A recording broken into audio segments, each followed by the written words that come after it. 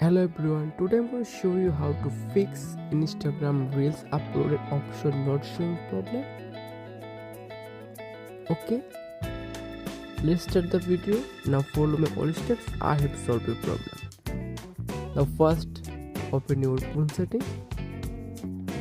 Scroll down. Tap on apps.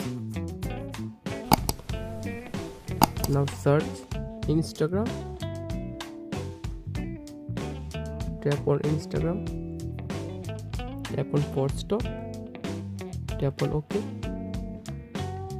tap on storage, tap on clear cache, only clear cache. Now tap on permission and allow all permission. Now tap on allow all permission.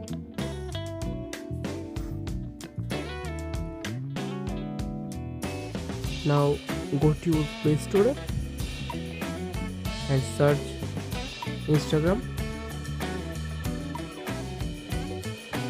and update your Instagram app. Now your Instagram app is updated.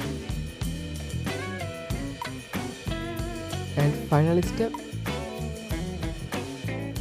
restart your device.